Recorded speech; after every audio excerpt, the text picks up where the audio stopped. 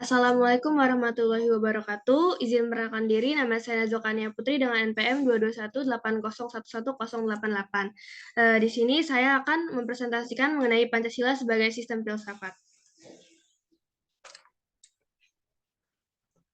Pancasila sebagai sistem filsafat dapat dimaknai sebagai hasil pemikiran manusia Indonesia secara mendalam, sistematis, dan menyeluruh tentang kenyataan, sehingga Pancasila berarti refleksi kritis dan rasional sebagai dasar negara dan kenyataan budaya bangsa dengan tujuan mendapatkan pokok-pokok pengertiannya yang mendasar dan menyeluruh.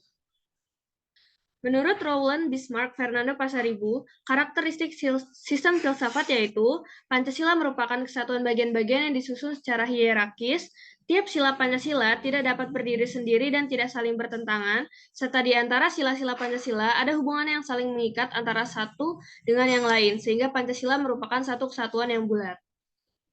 Pancasila dalam kajian ontologis, dasar ontologis Pancasila pada hakikatnya adalah manusia yang memiliki hakikat mutlak, yaitu monopluralis atau monodualis, atau disebut juga sebagai dasar antropologis. Subjek pendukung pokok dari sila-sila Pancasila adalah manusia.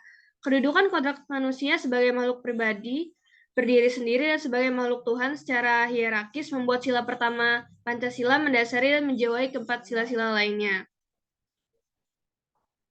Pancasila dalam kajian epistemologis, sebagai suatu paham epistemologi, Pancasila mendasarkan pada pandangannya bahwa ilmu pengetahuan pada hakikatnya tidak bebas nilai, karena harus didasarkan pada moralitas kodrat manusia serta moralitas religius dalam upaya untuk mendapatkan suatu tingkatan pengetahuan yang mutlak dalam hidup manusia.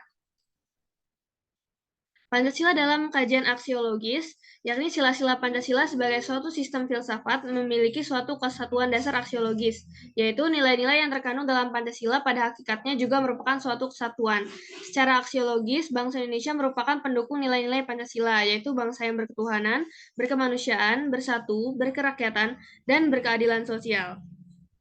Adapun contoh kasus dari ini yaitu Kampung Margajaya, Kecamatan Negara Batin, Kabupaten Waikanan, Lampung, geger.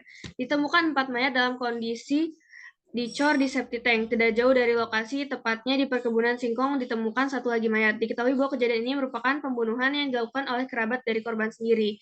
Kapolres Waikanan, AKB Polisi Teddy Rahen mengatakan bahwa motif pembunuhan itu didasari pelaku kerap cekcok dengan korban menyangkut masalah warisan. Dilansir dari merdeka.com tahun 2022.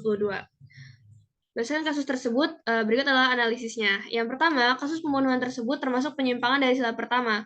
Kita sebagai makhluk Tuhan yang bermoral dan berakal budi tidak memiliki hak untuk mencabut nyawa seseorang. Manusia sebagai umat beragama juga diajarkan untuk selalu hidup rukun dengan sesama.